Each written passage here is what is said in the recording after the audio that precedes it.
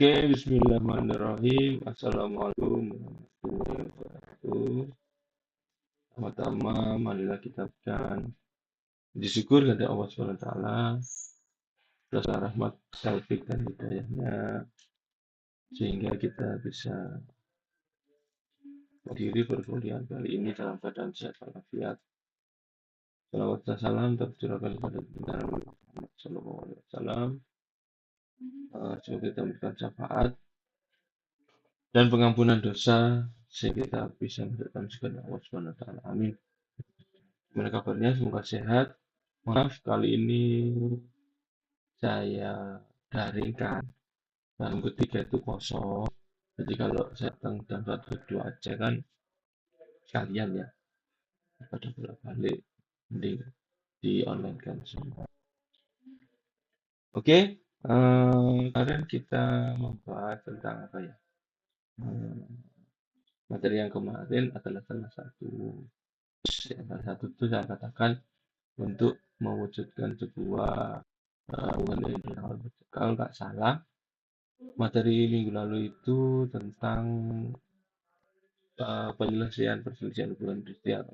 Ya, salah satu tool membuat bagaimana hubungan di dalam perusahaan, hubungan antara karyawan dengan buruh itu, karyawan dengan pengusahanya itu atau pemilik perusahaannya itu bisa harmonis, yaitu hubungan industrial yang harmonis lewat bagaimana sih cara menyelesaikan penyelesaian hubungan industrial jika terjadi konflik yang sudah tidak dapat terjadi di level yang paling bawah atau bipartit, tripartit harus diselesaikan, maka kita bawa ke penyelesaian hubungan industrial. Nah, selain itu ada tools yang terakhir ini. Kalau menurut saya ini tools yang terakhir dari beberapa tools atau apa ya alat yang digunakan untuk mencapai industrial ini adalah hukum ketenaga kerjaan.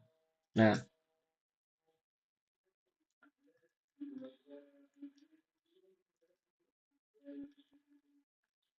ini hukum ketenaga kerjaan.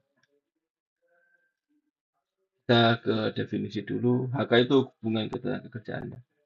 Jadi ada beberapa sumber yang saya dapatkan dari referensi yang ada, di mana hukum ketenaga kerjaan itu didefinisikan menurutmu benar.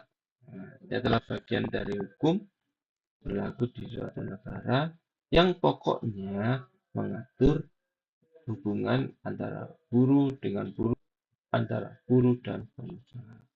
Sedangkan menurut Sutikno, hukum ketenaga kerjaan merupakan keseluruhan peraturan-peraturan hukum mengenai hubungan kerja yang mengakibatkan seorang atau pribadi ditempatkan di bawah pimpinan atau perintah lain dan keadaan-keadaan yang bersangkutan dengan hubungan kerja tersebut. Jadi ada banyak aturan-aturan yaitu yang mengatur hubungan kerja, itu namanya hukum ketenaga kerja.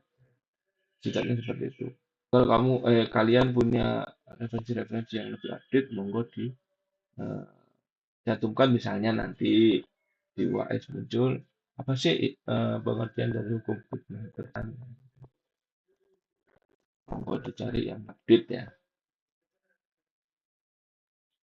Unsur-unsurnya apa, Pak? Nah, ini unsur-unsur yang ada dalam hukum ketenaga kerjaan adalah serangkaian aturan yang berkembang dalam bentuk lisan maupun tulisan, mengatur hubungan antar pekerja, adanya tingkat pekerjaannya, ada tingkatannya, dan mengatur perlindungan pekerja, masalah sakit, haid, hamil, melahirkan, keberadaan organisasi, dan sebagainya. Ini unsur yang ada. Jadi aturan baik lisan maupun tulisan, terus yang mengatur hubungan antar pekerja, terus adanya tingkatan, adanya level-level, dan adanya perlindungan yang mengatur pekerja tersebut dalam kondisi pekerja, itu unsur yang ada dalam hukum ketenaga kerjaan.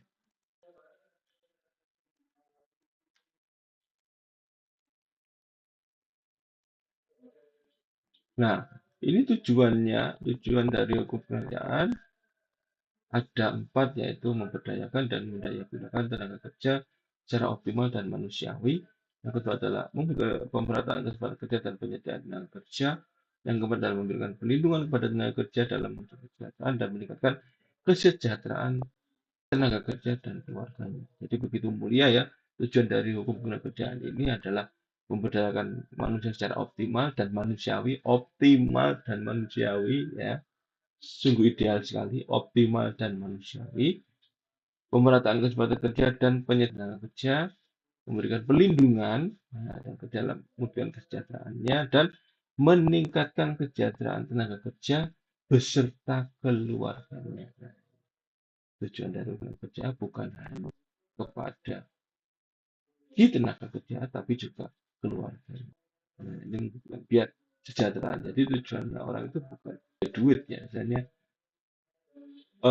secara implisit itu ya boleh duit tapi intinya adalah untuk mensejahterakan, mencapai kesejahteraan si karyawan itu.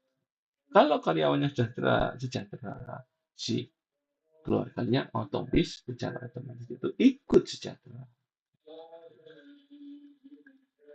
Nah, dari mana Pak sumber-sumber hukum ketenagakerjaan? Itu dari kebiasaan, ada traktat, perjanjian, penetapan atau pemutusan tenaga kerja dan perundang-undangan. Jadi penjelasannya undang-undang itu dari mana, keputusan penetapan itu dari mana, perjanjian itu dari mana, traktat itu apa, dan kebiasaan itu. Jadi perundang-undangan itu yang merupakan peraturan yang dibuat oleh pemerintah dengan persetujuan DPR. Pembentukan atau penetapan ini dikeluarkan oleh sebuah panitia yang menangani sekretaris tiga perburuan baik putusan P4P atau P4D daerah maupun pusat. Nah, ini ada penetapan sengketa, jadi ditetapkan itu merupakan sumber dari hukum dan perjanjian ini merupakan bersama pihak yang berjanji kepada pihak lain untuk melaksanakan suatu hal akibatnya pihak-pihak yang bersangkutan terikat oleh isi perjanjian yang mereka adakan. Jadi hanya perjanjian baik itu perjanjian kerjasama maupun perjanjian jual beli dan sebagainya. Nah, ini hukum ketenagakerjaannya atau yang kemarin loh ada PP, KB, PKB sama PK ya satuan PK. Ada tiga itu loh itu kemarin yang kita bahas di awal pertemuan. Nah itu merupakan sumber dari hukum ketenagakerjaan. Traktat, nah itu kesepakatan internasional baik bilateral maupun multilateral. Jadi kita bekerja dengan Jepang atau Thailand atau Vietnam atau bahkan kerjasama dengan banyak negara seperti ILO, seperti UNESCO, seperti G20 dan sebagainya. Ini merupakan salah satu hukum dari ketenagakerjaan dan kita harus menyesuaikan juga dari hukum-hukum itu untuk kita aplikasikan ke negara kita. Kebiasaan, jadi kebiasaan merupakan yang dilakukan berulang-ulang. Kebiasaan merupakan kelakuan lingkungan kerja gitu, merupakan kebiasaan manusia yang dilakukan berulang-ulang dalam uh, hal yang sama dan diterima oleh masyarakat sehingga bila mana ada tindakan yang tidak sesuai berlawanan kebiasaan dianggap sebagai pelanggaran hukum. Biasanya wongku lewat jalan A terus bulusuan lewat jalan Z. Nah itu enggak biasa. Nah, berarti kalau orang melakukan itu berarti melanggar hukum. Nah, gitu. Seyogyanya orang itu tidak menikahi ibunya misalnya. Terus ada orang kebiasaan itu tidak menikahi ibunya, kebiasaan kita di masyarakat umum. Tetapi dia menikahi ibunya berarti itu kan melanggar hukum. Ya. Contohnya seperti itu. Kegiatan yang berulang-ulang yang dilaksanakan dan diterima oleh masyarakat itu namanya kebiasaan. Jadi ketika dia melakukan itu, dia dianggap oleh masyarakat itu melanggar hukum. Ya, sumbernya ada beberapa sumber. Nah, ruang lingkup hukum ketenagakerjaan itu ada tiga, yaitu masa sebelum bekerja, peraturan pekerjaan pengarahan dan penempatan lowongan pekerjaan. Nah, ini sebelum bekerja. Ada selama bekerja, ada setelah bekerja. Selama bekerja itu ada keselamatan, wajib lapor, jam sostek atau BPJS, BPJS Ketenagakerjaan ya, penyesuaian perselisihan dan penetapan perlindungan perburuan atau pekerja ya. Nah, setelah ada dana pensiun, ada dana pensiunan pemberi kerja, pemberi kerjaan dan sebagainya itu ada. Jadi ruang lingkupnya itu diatur mulai sebelum, selama, sama setelah mereka bekerja. Nah, hukum tenaga kerjaan ini juga punya sejarah teman-teman. Jadi punya punya punya track record lah, punya histori lah. Histori, punya perjalanan. Yang pertama adalah era kolonial itu aturan perburuan sangat diskriminatif dan syarat unsur paksaan rekrut pada perlindungan kepentingan majikan atau majikan Eropa serta meninggalkan sistem kerja paksa dan perbudakan.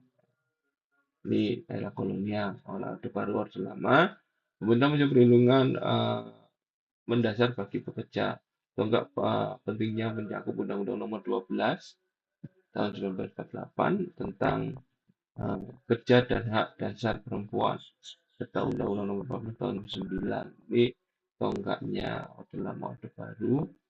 Terus era reformasi lahirnya peraturan yang komprehensif seperti Undang-Undang Nomor 21 tahun 2000 tentang Serikat Pekerja dalam dasar utama modern, Undang-Undang Nomor 13 tahun 2003 tentang ketenagakerjaan.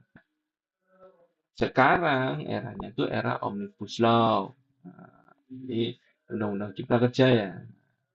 Mengalami perubahan drastis melalui penerbitan Undang Cipta Kerja pada turunannya.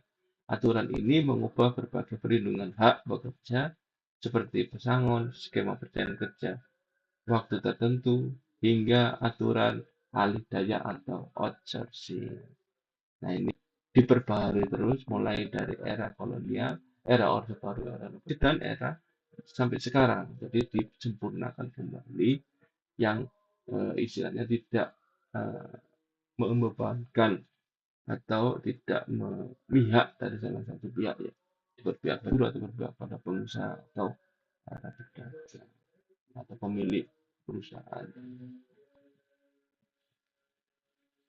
Nah, ini ceritanya tentang Undang-Undang Omnibus Law banyak mendapat istilah apa ya, mendapat bertentangan karena penghapusan outsourcing dan berbagai macam penyesuaiannya ini digugat melalui putusan Mahkamah Konstitusi.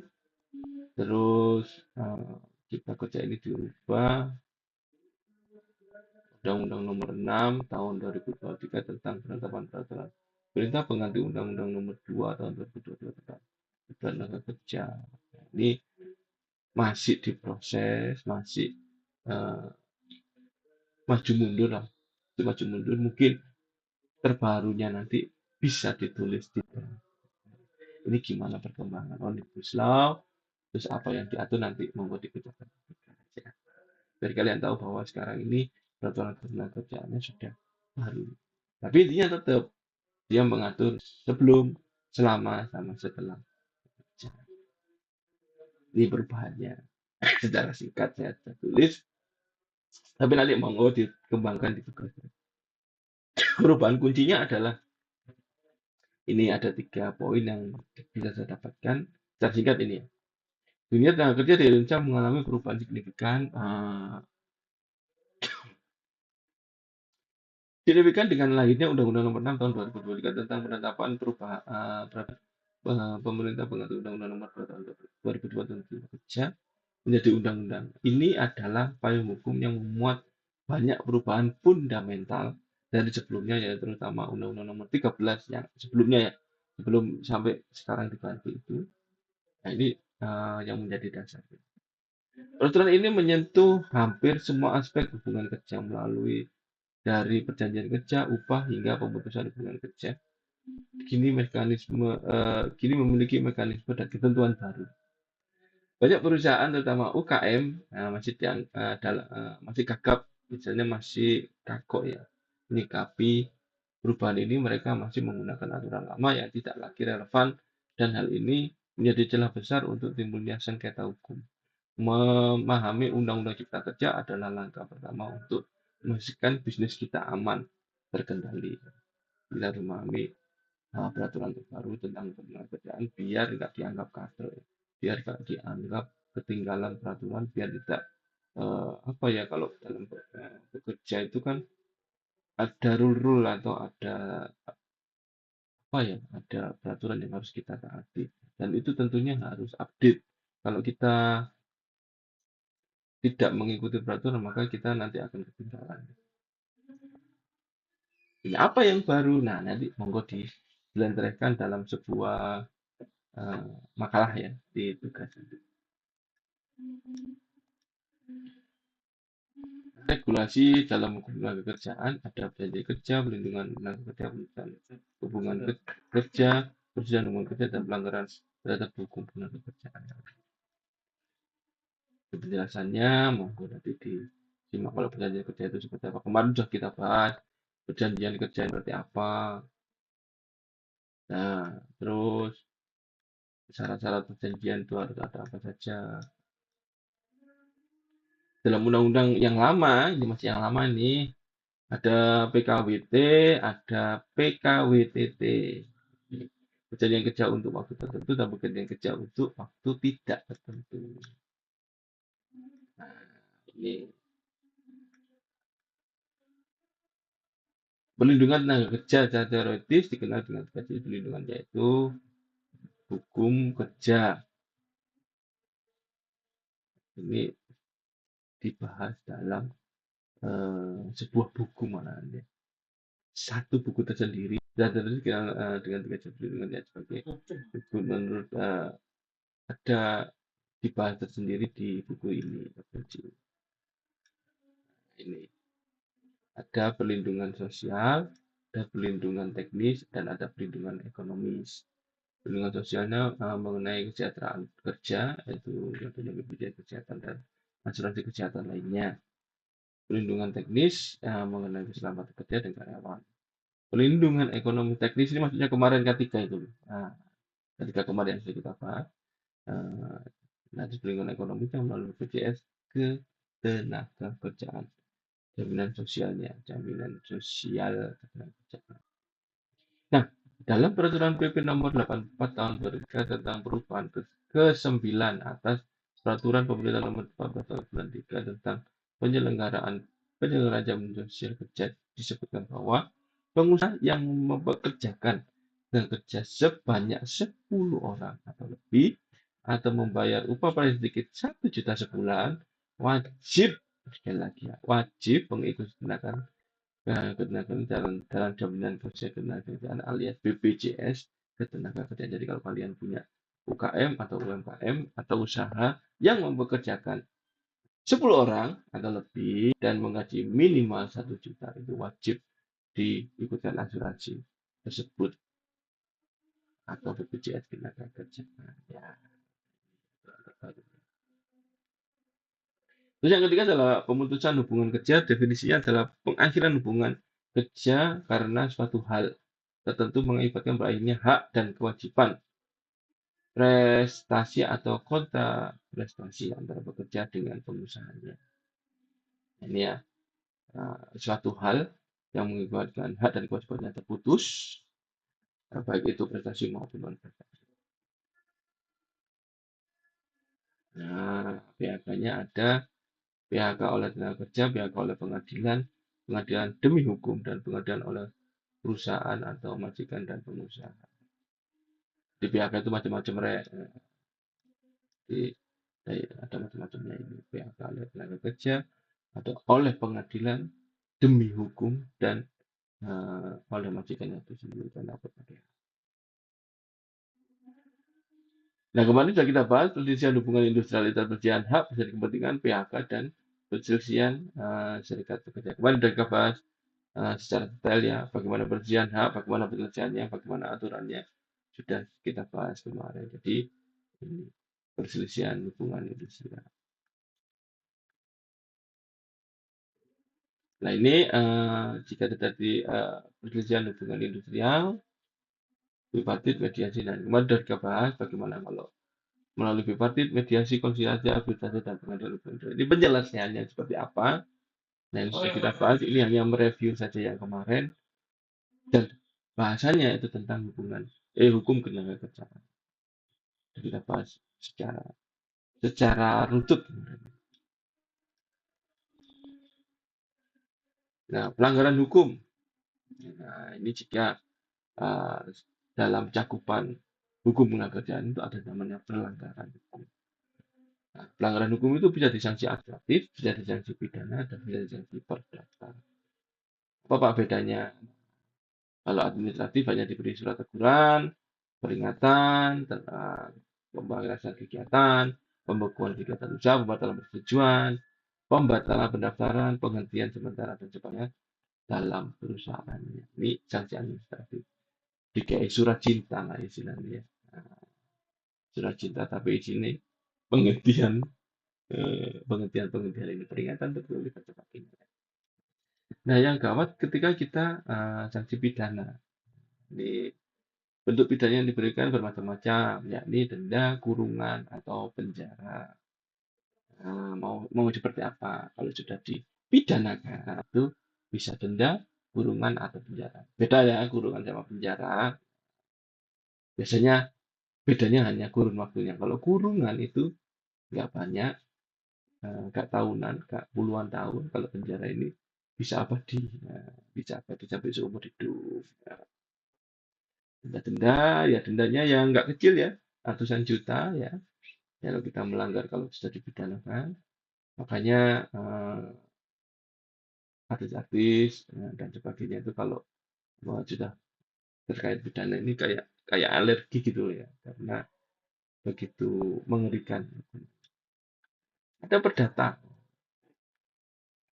Hanya perdata dalam perjanjian hubungan kerja dijatuhkan kepada pengusaha dan pekerja, bentuk sanksinya berupa batalnya perjanjian bila pekerjaan bukan karena kesepakatan dan ketetapan kedua belah pihak. Nah, batalnya perjanjian aja. Terus batal karena ini perjanjian ini menyangkut kedua belah pihak, makanya ada kewajibannya, makanya kerugiannya membuat ditanggung sendiri-sendiri dari kedua belah pihak yang saling berselisih atau saling mengajukan kasus perdata. Ketiga ya, berarti kalau kita melanggar hukum kerjaan bisa disanksi administratif, bisa dipidanakan atau diperdatakan. Itu saja. Nah, pertemuan kali ini tentang hukum kerjaan intinya di negara kita ini ada aturan-aturan yang melindungi berupa hukum kerjaan itu dan sudah mengalami perubahan sampai ke era UU Cipta Kerja. Untuk lebih detail kita memahami apa sih Pak yang berubah di dalam UU Cipta Kerja, monggo dituangkan dalam sebuah tugas berupa sebuah apa ya istilahnya esai lah atau sebuah makalah boleh lah. Ini apa sih yang berubah di UU Cipta Kerja ini terkait dengan hubungan pekerjaan itu. Terus apa perbedaannya dengan yang lama? Apa-apa dirubah, apa-apa yang tidak dirubah. Boleh kalian tuangkan dalam apa. Oke, sekian pertemuan kali ini. Kalau ada pertanyaan monggo diajukan di YouTube boleh, diajukan di grup boleh, atau dicari di beberapa materi, dicari di beberapa AI juga bisa, monggo e-book juga bisa. Kalau ada yang belum mengerti juga monggo ditanyakan ke saya lewat chat grup atau chat pribadi. Demikian pertemuan kali ini. Kurang lebihnya mohon maaf. Assalamualaikum warahmatullahi wabarakatuh.